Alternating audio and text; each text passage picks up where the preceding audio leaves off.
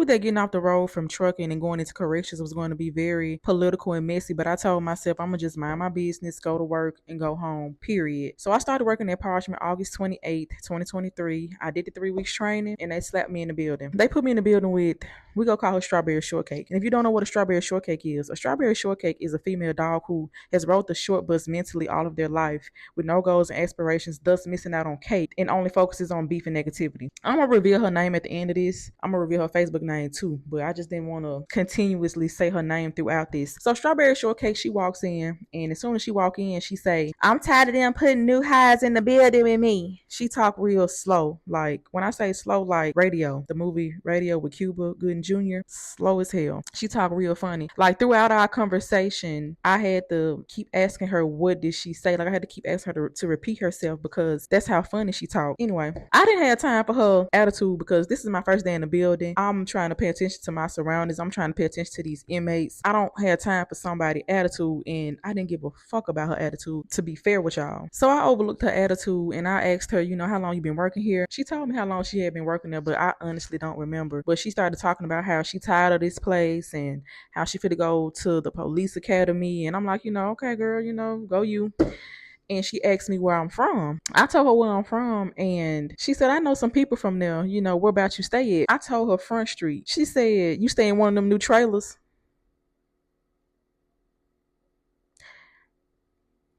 I never seen this girl in my hood a day in my life. How?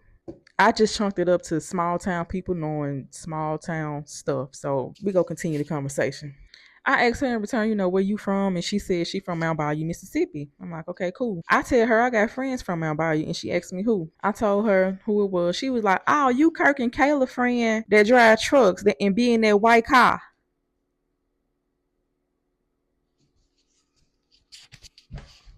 My best friend do nails. It's a lot of white cars that come in and out that house. How you figure it's me? Like, threw me for a loop. But I chunked it up to small town people knowing stuff, even though I don't know nothing about this girl. Not nothing. And she starts telling me that she got family from Rosedale and how my classmate is her baby daddy, her first baby daddy. Keep this in mind, y'all.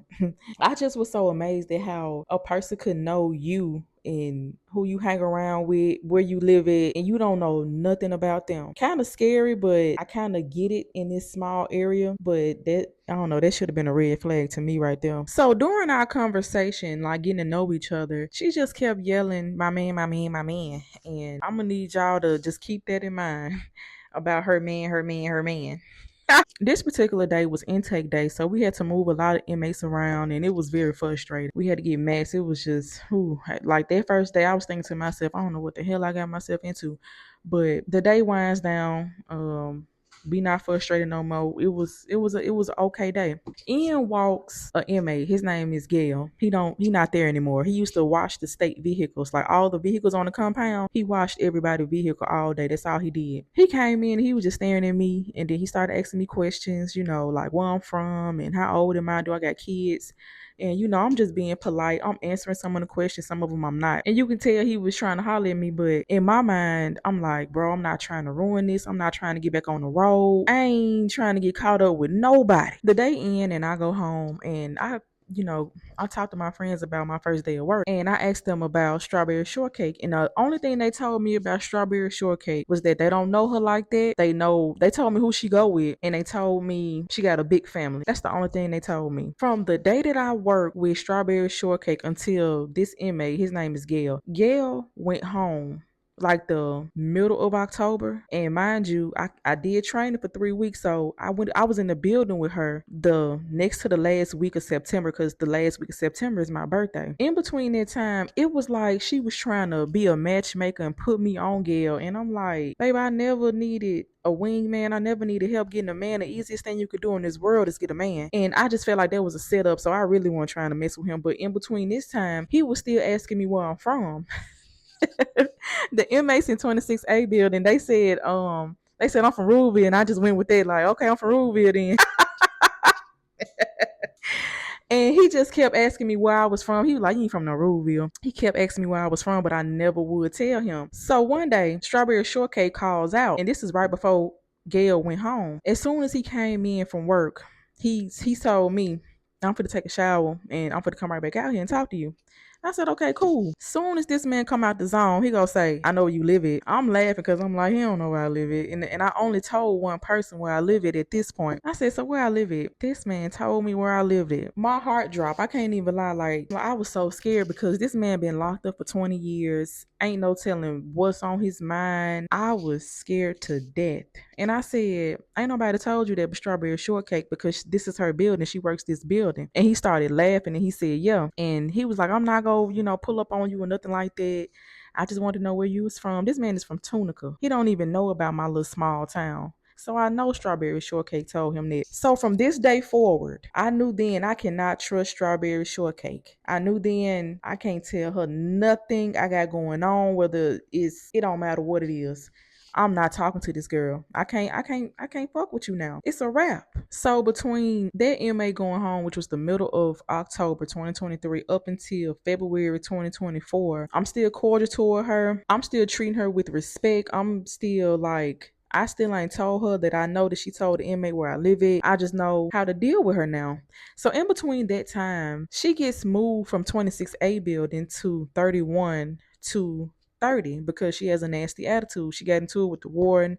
She talked to the inmates real rough. Like the first day that we worked together, she was talking to the inmates so rough. I was like, God damn. Whew. If they would have went upside her head, Jesus, she probably wouldn't have had no help from me because I don't know if this is prior beef that y'all got going on, but come to find out it's just her and her mouth. That's just how she is. So one day she called the unit. She called Unit 25. She normally talked to the captain that said Unit 25, but that captain had called out that day. And as soon as I heard her voice, I was like, such not in today. And she said, I know such not in today. She told me she wasn't coming today. I called to talk to you. And this really should have been a red flag. But, I'm not rude about nothing. I'm not trying to have no beef at work with nobody. I'm not trying to start nothing at work with nobody because, once again, I don't want to go back on the road. We chopping it up and, she asking me about Gail. Have I talked to him and, do me and him kick it? Baby, if I was talking to Gail, I wouldn't tell your ass. And that was just, I don't know, that phone call, it was just odd. I really don't remember the entire phone call, but what's up, I'm Edson. So I honestly forgot about this part of the conversation.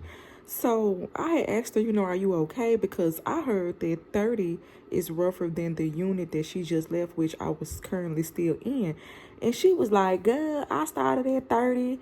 I'd have been all around Parchman. I'd have been at 29. I'd have been everywhere. But she was making it seem like she was like they needed her everywhere. Like Parchman, they just randomly, chose her to go work to these different places. But it was a reason why she was moving around Parchman. And just keep this in mind. I just want to preface this by saying, we did not talk at all. Especially when she moved to 31 and then to 30, I didn't see this girl, didn't talk to her. She would call me randomly. And I truly didn't think nothing of it because we're at work for 12, 14 hours a day. It ain't really nothing else to do but to call coworkers. But the only coworkers that I called was Gary, Russian, or Murphy. Just those three. Them the ones I really fuck with. I love y'all. Anybody else, I'm probably calling to get information for an inmate or something. I don't call people. I don't even call my regular friends like that. I might talk to them. I might not. I'm just trying to preface what was going on before I moved to 30. I just want to put emphasis on the fact that there is no beef. I really want to highlight from the time that she told the inmate where I live at up until before I got moved to 30, February 2024. There's no beef. There's no ill will. I've never been malicious toward her. And I remember her phone conversations before I moved to 30, which she would call me, which it wasn't that often. It was like every blue moon. It wasn't nothing malicious about her calling. And to me, her phone conversations never gave messy, never, like, I didn't see no problem with her calling me, period. I just want to put emphasis on that before I really get into the meat of this.